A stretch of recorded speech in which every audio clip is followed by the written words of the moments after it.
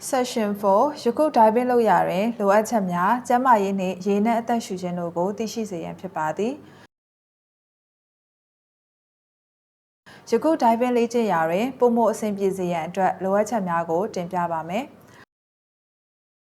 Scuba diving ရဲ့ major components ဖြစ်တဲ့ဆက်စပ်နေတဲ့အချက်များကိုသိရှိပြီးဖြစ်ပါတယ် Surface float ကိုကမ်းခြေ diving မှာ၎င်းတခါတရံလှေ diving မှာတော့၎င်းနားနေနိုင်ရန်နှင့်ပြဿနာရှိရင်ကင်ဆွဲရန် dive အတွက်လိုအပ်သောပစ္စည်းများတည်ဆောင်ရန်နှင့် dive flat လွှင့်တင်နိုင်ရန်အတွက်သုံးကြပါသည် Surface interval အပြီးပြန်ငုပ်ရန်အတွက်တည်နေရာအမှတ်သားလည်းဖြစ်ပါသည်တခါတရံ Surface float ကိုကြောက်ချပြီး area ကျကျဝန်း dive လုပ်နိုင်ရန်ဆွဲယူသွားနိုင်ပါသည်ထိုကဲ့သို့သောအခြေအနေတွင်ကြိုးများရှုပ်ထွေးမှုမရှိစေရန်မိမိကြိုးခွေကိုမိမိနှင့်မတွဲချီဘဲအသုံးပြုရပါမည်ဤသို့ဖြင့် float ကိုသင်္ဘောမှဆွဲသွားခြင်းကြောင့်တစ်ခုခုနှင့်ညှိလျင်လည်းအလွယ်တကူလွှတ်ပေးလိုက်နိုင်ပါသည် dive flat surface float တွင်တခါတရံ dive flat လွှင့်တင်ခြင်းကိုတခြားလှေများရေပေါ်စကိတ်စီးသူများနှင့်အခြားသော water sport များလုပ်ရာတွင်အသုံးများပါသည်ဒေသန္တရဥပဒေအရ dive flat လွှင့်တင်ထားရန်လိုအပ်နိုင်ပါသည် dive flat 2မျိုးရှိပြီးဘယ်အရာသုံးရမလဲဆိုတာဒေသန္တရဥပဒေပေါ်မူတည်ပါသည် boat dive တွင်2မျိုးလုံးလည်းလိုနိုင်ပါသည်ဒေသန္တရဥပဒေအရသင် dive flat နှင့်မြည်များနေကပ်နေရမည်နှင့်လှေများမှမြည်များဝေးကွာနေရမည်ကိုသတ်မှတ်ထားနိုင်ပါသည်ထုံးတဲ့စင်လာအရသတ်မှတ်ချက်များမရှိပါက dive flat မှ15မီတာသို့မဟုတ်ပေ90အကွာနှင့်လှေမှမီတာ30မှ60အတွင်းသို့မဟုတ်ပေ100မှ200အတွင်းရှိရန်လိုအပ်ပါသည်သို့သောထိုအကွာဝေးတွင်လှေများကသင်ကိုမြင်သည်သို့မဟုတ် dive flat များကိုမြင်လိမ့်မည်ဟုမယူဆပါနှင့်လှေအင်ဂျင်တန်ကြားလည်းကြော်သွားထီအောက်တွင်နေရန်လိုအပ်ပါသည်ပြီးမှ dive flat နာကိုတတိဖြင့်တက်ပါ underwater life ညအချိန်ရေငုပ်ရာတွင်သာမကနေ့အချိန်တွင်လည်းရေနက်ပိုင်းတွင်အကွဲကြောင်းများကိုမြင်နိုင်ရန်အလင်းသို့မဟုတ်ဓာတ်မီးလိုအပ်ပါသည်၎င်းသည်တည်ဆောင်ရလွယ်ကူပြီးဈေးနှုန်းလည်းသက်သာပါသည်ဒါပေမဲ့လည်းတစ်ခါတရံဆက်သွယ်မှုပြုလုပ်ရာတွင် hand signal ဖြင့်ဆက်သွယ်ရေးမရပါက dive computer တွင်ရေး၍လွယ်ကူစွာဆက်သွယ်နိုင်ပါသည် dive computer ကို VCD ဝတ်စုံထဲတွင်ထည့်ထားရန်လိုအပ်ပါသည်spare part တခါတရံ fins မှကြိုးများသို့မဟုတ်အလားတူတစ်ခုခုပြက်ခြင်းဖြစ်တတ်ပါသည်ထိုအချိန်တွင် spare parts မပါရှိပါကရေမငုပ်လိုက်ရခြင်းကဲ့သို့သောအလွန်စိတ်ပျက်စရာအခက်အခဲမျိုးတွေ့နိုင်ပါသည်ထို့ကြောင့်လိုအပ်သော spare parts များနှင့် visit tool များကို gear bag ထဲတွင်ထည့်ပြီးယူဆောင်ရန်လိုအပ်ပါသည်သင်တကယ်လိုအပ်သောအချိန်တွင် cable tire တစ်ခုဖြင့်ရေဆက်ငုပ်ခြင်းသို့မဟုတ်လေပေါ်မှသာဆောက်ဆိုင်ခြင်းမျိုးကိုကွာခြားနိုင်ပါသည်Dive accessory Open Water Diver Certificate ရေငုပ်လက်မှတ်သည်ဒီပလိုမာနှင့်အလားတူပါသည်သင်အခြေခံရေငုပ်ခြင်းသင်ယူတက်မြောက်ပြီးဖြစ်ကြောင်းသက်သေခံပါသည်သင်ရဲ့ကိုယ်ရေးရာဇဝင်နဲ့လည်းဆင်တူပါသည်သင်တန်းစတင်ပြီးနောက်သင်ကြားခဲ့သည်များကိုမြည်သို့အသုံးချခဲ့ကြောင်း Dive Master နှင့်တခြားသော Dive Professional များကိုပြသနိုင်ပါတယ်သင်မြည်သည့်အတွေ့အကြုံများရှိခဲ့ကြောင်း Dive သင်တန်းများတချို့သော Dive Resort များတွင်ပြသရန်လိုအပ်ပါသည်သင်ရေနက်အတွေ့အကြုံများကိုမှတ်မိနိုင်ရန် logbook လိုအပ်ပါသည် logbook ထဲတွင်ရေငုပ်အတွေ့အကြုံများကိုမှတ်တမ်းတင်ရန်နှင့်နောင်တွင်အသေးစိတ်သိရှိလိုပါကပြန်ညွှန်းနိုင်ရန်လိုအပ်ပါသည် diving သည်အနားယူအပန်းဖြေခြင်းဖြစ်တော်လဲအမောလွန်ခြင်းမဖြစ်စေရန်အတွက်ကျန်းမာရေးကောင်းရန်လိုအပ်ပါသည်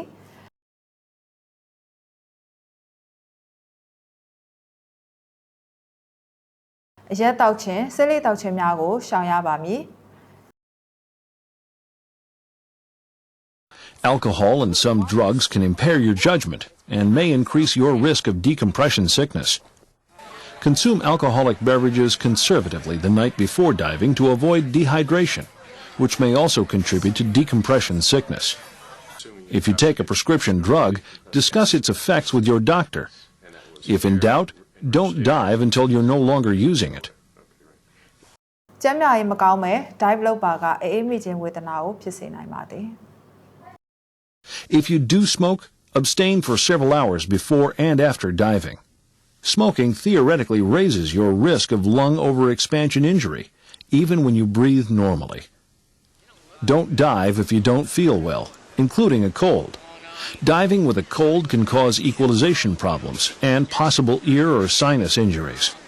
And diving with a chest cold can trap air, risking lung overexpansion injuries.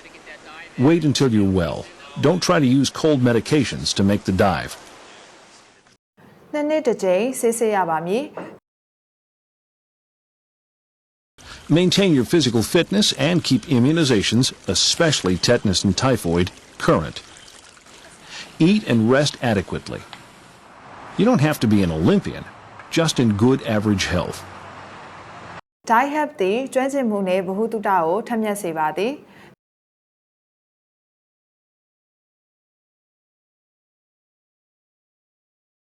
သင်သည်ရင်ငုပ်လေ့ကျင့်ခြင်းနဲ့ကင်းဝေးနေပါကစိတ်ပူပန်စရာမလိုပါ Scuba Review Program မှာသင်ရဲ့ကျွမ်းကျင်မှု diving ဗဟုသုတကိုပြန်လည်မှတ်မိစေပါသည်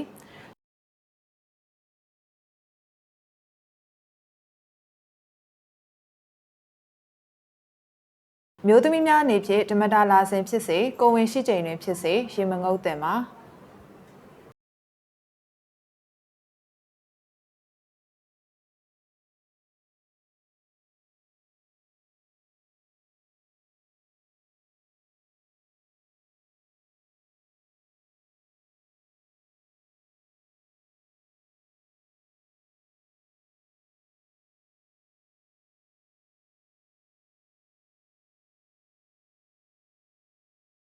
Breathe in air at depth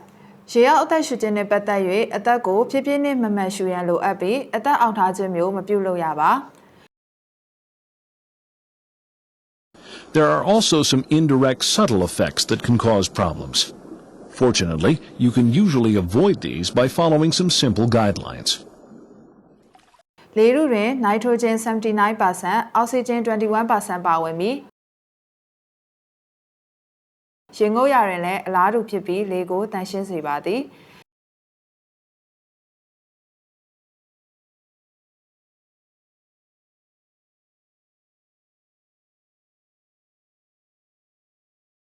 Air compressor ကလေမတန့်စင်ပေးနိုင်ပါအဖြစ်အများဆုံးမှာလေအနံ့ဆိုခြင်းဖြစ်ပါသည်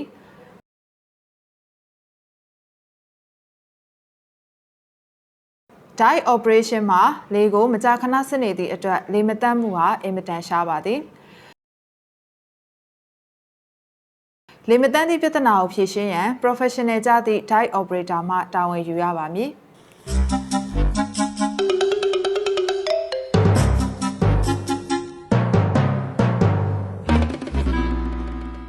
Scuba diving အတွက်တည်တံ့ထုတ်လုပ်ထားသော compressor ကိုသာအသုံးပြုရပါမည်အခြားပစ္စည်းများအသုံးမပြုရပါ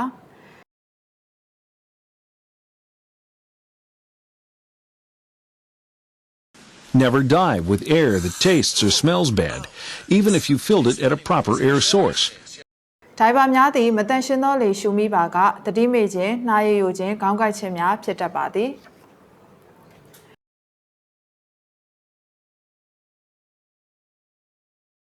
မတန့်ရှင်းသောလေရှူနေကြောင်းကိုနှာခမ်းပြခြင်းလက်ချောင်းကလေးများနှီးခြင်းစသည်တို့ကိုရေအောက်တွင်တွေ့နိုင်ပါသည်တစုံတစ်ယောက်ကမတန့်ရှင်းသောလေကိုရှူမိလျင်1အရေးပေါ်အောက်ဆီဂျင်လိုအပ်ပါက rescue breathing အသက်ကယ်လုပ်ငန်းလုပ်ပေးခြင်းဆေးရုံဆေးခန်းနှင့်ဆက်သွယ်ပေးခြင်းပြုလုပ်ရပါမည်မတန့်သောလေများမသုံးပါနှင့် analysis လုပ်ရန်ထိုလေအိုးကိုသိမ်းဆည်းလိုက်ပါအခြားဖြစ်တတ်သည့်များမှာလှေအင်ဂျင်မှထွက်လာသောမီးခိုးများကြောင့်ဖြစ်ပါသည်အိတ်ဇောပိုင်းနှင့်ဝေးရာသို့မဟုတ်လှေပေါ်တွင်သာနေပါဒိုင်ဘာများသည်တခါတရံအောက်ဆီဂျင်ပါသော nitro ကိုအသုံးပြုကြသည်သို့မှသာရေထဲမှပို၍ကြာရှည်သွားနေနိုင်မည်ဖြစ်ပြီး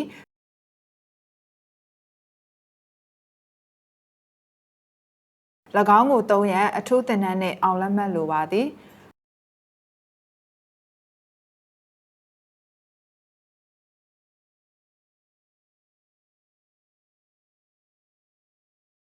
ကိုခန္ဓာကနိုက်ထရိုဂျင်အသုံးမပြုတော့လဲရေအောက်ဖိအားကြောင့်နိုက်ထရိုဂျင်မှအဆိပ်သင့်စေပါသည်တာမန်အားဖြင့်မီတာ30ပေ100ခန့်တွင်စတင်သတိပြုနိုင်ပါမည်ရေနက်သို့ဆင်းလျင်ပို၍ဆိုးလာနိုင်ပါသည်နိုက်ထရိုဂျင်မွန်းကျက်ခြင်းကိုနိုက်ထရိုဂျင်နာကိုစစ်ဟုခေါ်ပြီးလူကိုဓာတ်ရိုက်မထိခိုက်နိုင်တော့လဲအခြားသောအန္တရာယ်များဖြစ်စေနိုင်ပါသည်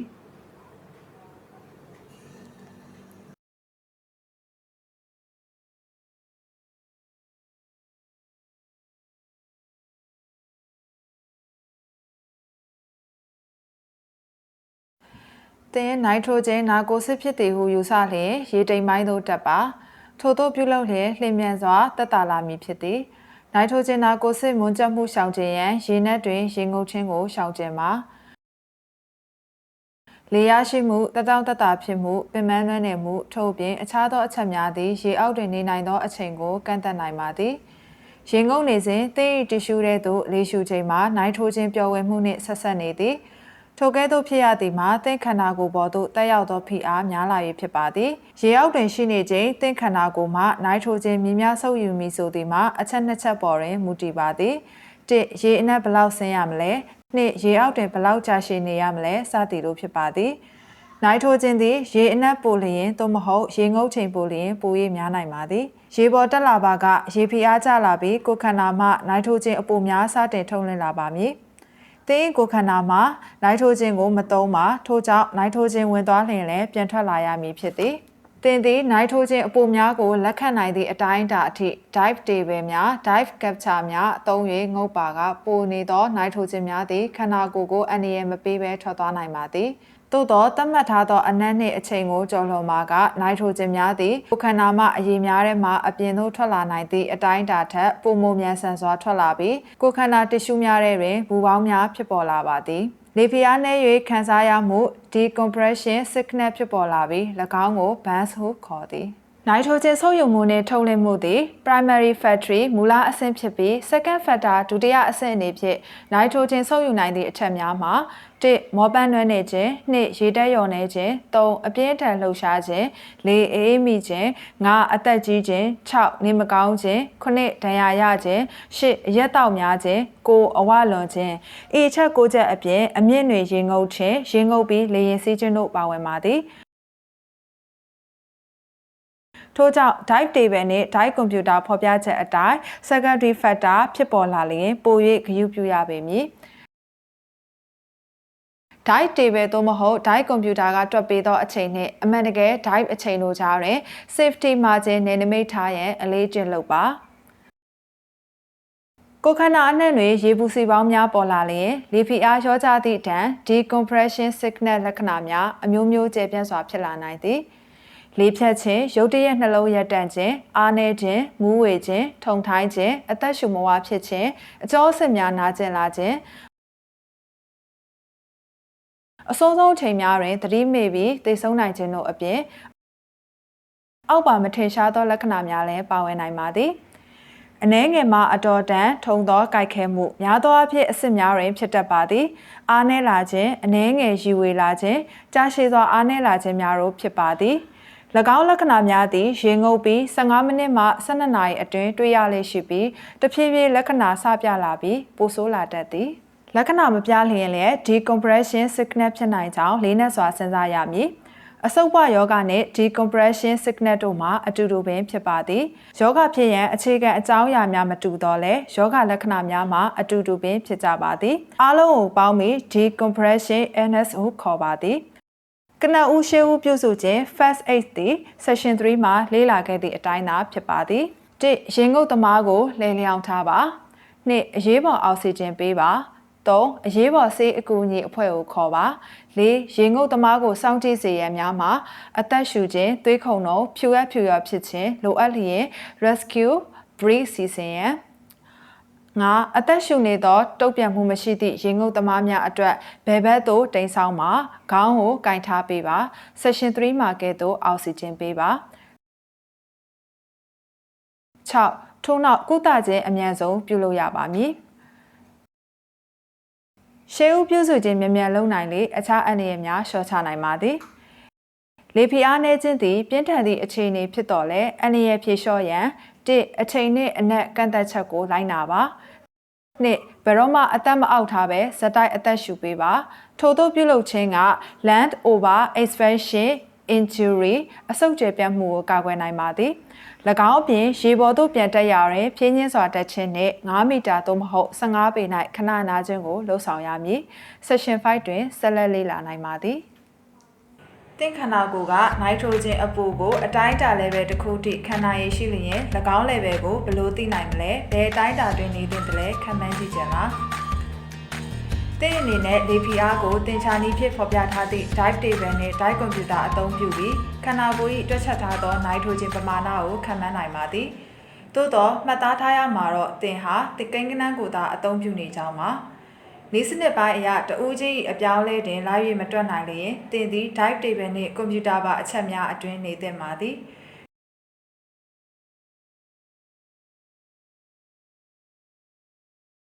တတိထားရမှာကလူတိုင်းမှာလေဖိအားနဲ့တန်ဖြစ်နိုင်ခြင်းမတူညီပါ dive table နှင့် dive computer မှချမှတ်ထားသောသတ်မှတ်ချက်အတွင်းနေထိုင်တော်လဲ decompression signal မဖြစ်ဟုအာမမခံပါရင်ငုပ်ခြင်းကို၎င်းသတ်မှတ်ချက်များအတွင်းကောင်းစွာရှိခြင်းဖြင့်ဖိအားမဲ့တန်ဖြစ်နိုင်ခြင်းကိုအ ਨੇ ဆုံးဖြစ်စေရန်ကြိုးစားနိုင်ပါသည်လုံးဝရှောင်ရှားလိုပါကရေမငုပ်ပါနှင့်အပျော်တမ်းရေငုပ်သမားအနေဖြင့်သင်သည်ရေငုပ်ခြင်းအလုံးကို no decompression dive ရေဖိအားလျော့ကျသော dive အနေဖြင့်သာစီစဉ်ရပါမည်ရေငုပ်ရာမှရေပေါ်သို့တက်ရာတွင်လမ်းတစ်ဝက်တွင်ရပ်တန့်ရန်မလိုဘဲအမြဲတမ်းတက်နိုင်ခြင်းကို no stop dive ဟုခေါ်ပါသည်သို့သောပိုသေးကြစေရန်ပုံမှန်အားဖြင့် safety ship တာမန်လုံရိုးလို့စဉ်အတိုင်းလှုပ်ဆောင်ရပါမည် dive table သည်1909ခုနှစ်ဝန်းကျင်ကတည်းက dive အတွက်အဓိကပစ္စည်းဖြစ်တော်လဲ1980နှစ်များတွင် dive computer ပေါ်ပေါက်လာပါသည်အချိန်အများစုမှာကွန်ပျူတာကိုသာအသုံးပြုတော်လဲသင်သည် dive table များကိုလေ့လာရအောင်မှာဖြစ်ပါသည်သို့မှသာလျှင်ကွန်ပျူတာဘယ်လိုအလုပ်လုပ်သလဲဆိုတာနားလည်လာမည်ဖြစ်ပါသည်dive table အများစုသည် professional ရေငုပ်ခြင်းအတွက်ဒီဇိုင်းထုတ်လုပ်ထားပါသည်သို့သော RTP recreational dive planner အပျော်တမ်းရေငုပ်သူများသည်လည်း dive table ကိုသုံးပါသည်သင်သည် dive table ရော RTP အစီအစဉ်တစ်ခုလုံးရောလေ့လာနိုင်ပါသည် dive computer သည် dive table နှင့်ဆင်တူပါသည်နိုင်ထရိုဂျင်ဘယ်လောက်ရှိသလဲဆိုတာတွက်ချက်ပေးပါသည်dive table ကဲ့သို့အနည်းနှင့်အများအတူတူပင်ဖြစ်ပါသည်သို့သော electronic display နှင့် digital နည်းပညာများအပေါ်အပြည့်အဝအားမကိုးပါနှင့်ကွန်ပျူတာ၏အကျိုးကျေးဇူးများမှာ table တွင်သင်၏ရေငုပ်ခြင်းများထည့်နိုင်ပါသည်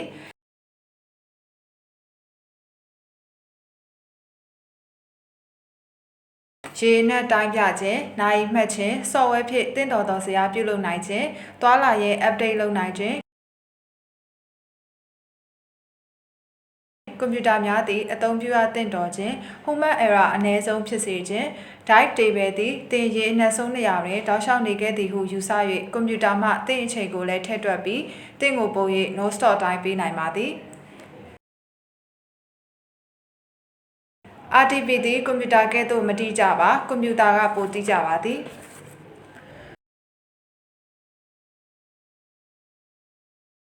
ကွန်ပျူတာကနိုင်ထရိုဂျင်ကိုတနေ့ကုန် check လုပ်နိုင်ပြီး dive table ကတော့ဤသို့လုပ်နိုင်ရန်ခက်ခဲပါသည်ကွန်ပျူတာက automatically လှုပ်ဆောင်ပေးနိုင်ပါသည်ကွန်ပျူတာ၏ဆိုးကျိုးများမှာရေငုပ်ပြီးချိန်နှင့်ရေငုပ်နေချိန်တို့တွင်အချက်အလက်များပျက်စီးနိုင်ပါသည်ထို့ကြောင့် dive table ယူလာခြင်းဖြင့် backup ပြန်လုပ်သင့်ပါသည်ကွန်ပျူတာများကရေမငုပ်ရာတွင်မသုံးသင့်သောကိန်းဂဏန်းများကိုလည်းဖော်ပြနိုင်ပါသည်ထို့ကြောင့်ကွန်ပျူတာအသုံးပြုနေချိန်မှာ 100% စိတ်မချဘဲ brain မှလည်းအလုပ်လုပ်နေရမည်ဖြစ်ပါသည်ကွန်ပျူတာ routing မပြုလုပ်ခြင်းကြောင့် no stop တိုင်းကိုပို့ပေးပါသည်ထို့ကြောင့် routing ကပေးသောအပိုဆောင်အချိန်ကိုသတိပြုရန်လိုပါသည်ထို့သောအကျိုးကျေးဇူးများကြောင့် dive computer သည်သင်အနေနဲ့ပထမဆုံးဝယ်ယူရမည့်ကိရိယာဖြစ်ပါသည်ကွန်ပျူတာဖြင့်ရေငုပ်ရာတွင်အကျိုးရှိကြောင်းကို Section 5 တွင်ဆက်လက်လေ့လာနိုင်ပါသည် dive table နှင့် dive computer က decompression stop လိုမျိုးရေငုပ်နိုင်သည့်အချိန်ကိုဖော်ပြပေးပါသည်၎င်းပြင်ရခင်ရေငုပ်စဉ်ကသင်၏နိုင်ထရိုဂျင်ဆုပ်ယူမှုကိုလည်းကြည့်ရှုနိုင်ပါသည်ရေမျက်နှာပြင်သို့တင်တက်လာသောအခါခန္ဓာကိုယ်ကပိုရှန်သောနိုင်ထရိုဂျင်ကိုထုတ်လွှတ်ပါသည်၎င်းကိုနိုင်ထရိုဂျင်လက်ကျန်ဟုခေါ်ဆိုပါသည်သီအိုရီအရတစ်နေ့တည်းနာရီပေါင်းများစွာနိုင်ထရိုဂျင်ကိုစွတ်ထုတ်ပါသည်နိုင်ထရိုဂျင်ကျန်နေစဉ်အခြား dive လုပ်ငန်းများလှုပ်ဆောင်လျင်သင်အနေဖြင့် repetitive dive လုပ်သည်ဟုခေါ်ဆိုနိုင်ပါသည်သင်အနေဖြင့် repetitive dive လုပ်ရန်ဆုံးဖြတ်ထားပါကသင်၏ခန္ဓာကိုယ်မှနိုင်ထရိုဂျင်လက်ကျန်ကိုစဉ်းစားသင့်ပါသည်နိုင်ထရိုဂျင် level သည်ရေမငုပ်ခင်မှာပုံမှန်ဖြစ်ပြီးသင်ရေငုပ်ပြီးနောက်ရေမျက်နှာပြင်သို့တက်လျင်နိုင်ထရိုဂျင်မှာပိုများနေပါမည်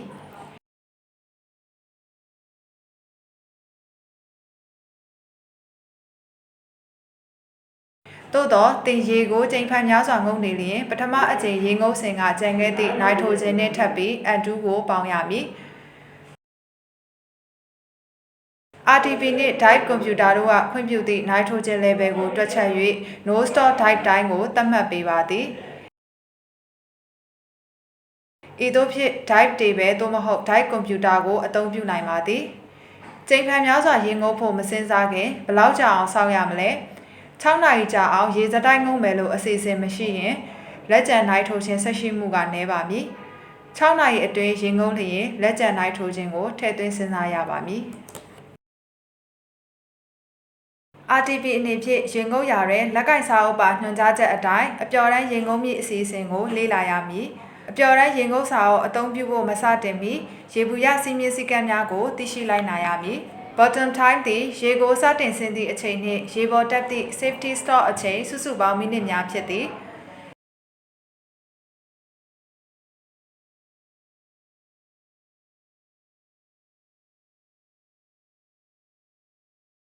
သင်တို့သည်10မီတာသို့မဟုတ်35 feet ရှိနေခဲ့ရင်10မီတာသို့မဟုတ်35 feet ထက်တိမ်အောင်စီစဉ်ရမည်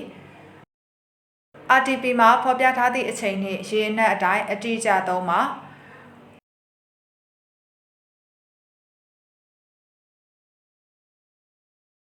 10မိနစ်လျင်18မီတာသို့မဟုတ်16 feet သို့ဖြင်းချင်းစွာတက်ပါနှေးလေပိုကောင်းလေဖြစ်ပါသည်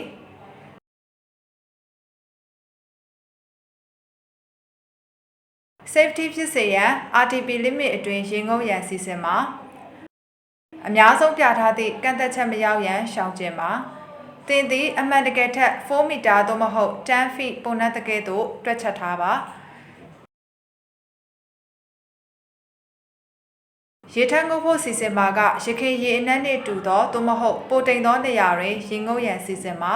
သိပ္ပံနည်းကျလေ့လာထားသောအချက်အလက်များသည်ရေအနက်မှရေတိမ်စီစဉ်မှုတွင်မူတည်သည်ပြောင်းလဲလွယ်သောအခြေအနေတွင်ရေငုပ်ရန်ဆင်ခြင်သင့်ပါသည်တခါရေငုပ်ရန်အတွက်30မီတာသို့မဟုတ်100 feet ထက်နည်းသင့်သည် Limit your depth to your experience and training. For newly certified open water divers, 18 meters, 60 feet. 30 meters, 100 feet is the recommended general limit. With 40 meters, 130 feet, the absolute maximum limit for recreational divers who have the experience and training required. Plan your dives well within RDP limits. Note that 42 meters, 140 feet appears on the RDP for emergency purposes only. Don't dive that deep. Done that about 85 times. By now, you're pretty comfortable in the water. Good. Let's take a look at what you'll be doing in your fourth confined water dive. For starters, you'll be doing some stuff without scuba gear. Skin diving. Why, you ask? Because skin diving goes hand in hand with scuba diving all the time. It's an easy way to scope out a potential scuba site fast. Or the water may be so shallow, you don't need scuba. You'll use the same gear you use for scuba, except the scuba. And you'll either use a bit less weight than usual so you're positively buoyant, or you'll wear a snorkeling vest. Without a tank, you obviously hold your breath when you swim down to look at something. To extend breath hold time, you can use hyperventilation, which is simply taking 3 or 4 rapid, deep breaths before holding your breath. Hyperventilation reduces the carbon dioxide in your system, and since it's carbon dioxide that stimulates breathing, you can go longer before you feel the urge to breathe. But hyperventilate no more than 3 or 4 breaths. If you do more, you can blow off so much carbon dioxide that your body runs out of oxygen before you feel the need to breathe. This would cause you to black out without warning and drown. Don't hyperventilate excessively. And rest a minute or so between dives. If you feel fatigued, dizzy, or lightheaded, stop diving down and catch your breath at the surface. Since you're holding your breath while skin diving, you want to go down fast with minimal effort using the head-first surface dive. Goes like this. Deflate your snorkeling vest if you're using one. Then swim like this, hyperventilating 3 or 4 breaths at the same time. Hold the last breath, bend forward, and thrust your legs straight up like so their weight drives you down. Kick when your fins come under, equalizing like you do with scuba as you head to the bottom. As you come up, look up, reach up, and be sure you have a clear view so you don't run into anything. Your buddy waits at the surface while you're down, and vice versa. That's so he's got a fresh breath if he needs to come down to assist you. There's an easy way to clear your snorkel when you come up from a skin dive, called displacement clearing. Note that when you look up, the snorkel tips lower than the mouthpiece. Exhale through the final few meters or feet, and the air pushes the water out of the snorkel. Keep exhaling as your head rolls forward at the surface, and hey, your snorkel's clear. But this only works if you have a snorkel with no self-drain, or a small self-drain valve. If you have a bigger valve, the air bubbles out instead of clearing the snorkel. No big deal, though. A valve that big means it's super easy to blast clear anyway. After you've skin dived a bit, your instructor will get you back into your scuba. You may practice the sitting back roll entry, which is great from a low, unstable platform like a small boat. Sit at the edge of the platform, make sure all your gear's in place, put some air in your BCD, check the entry area, then lean back while holding your mask and breathing from your regulator. Keep your legs tucked so your feet don't smack the edge. You might feel disoriented a moment, then you pop up. Let your buddy know you're okay and clear the entry area. You already know how to remove and replace your mask, so now you'll practice swimming without it, like you might if you had to surface after losing it. Remember to breathe through your mouth and exhale through your nose if you feel water tickling it. Open your eyes. You'll see well enough to swim. If you're wearing contacts, don't. Let your buddy guide you so you don't lose them. Okay, time to demonstrate what a pro you become with buoyancy. You're going to hover motionless for at least 30 seconds without using your fins or hands. Start by getting neutral on the bottom. Then gently push away from the bottom a short ways. Don't hold your breath, but use your lung volume to maintain your depth. If you begin to rise, breathe with your lungs a bit less full, or a bit more full if you start to sink. It helps to find a visual reference, like a mark on the pool wall, to gauge where you are. Practice, and it's easy. Confined Water Dive 4, here we come!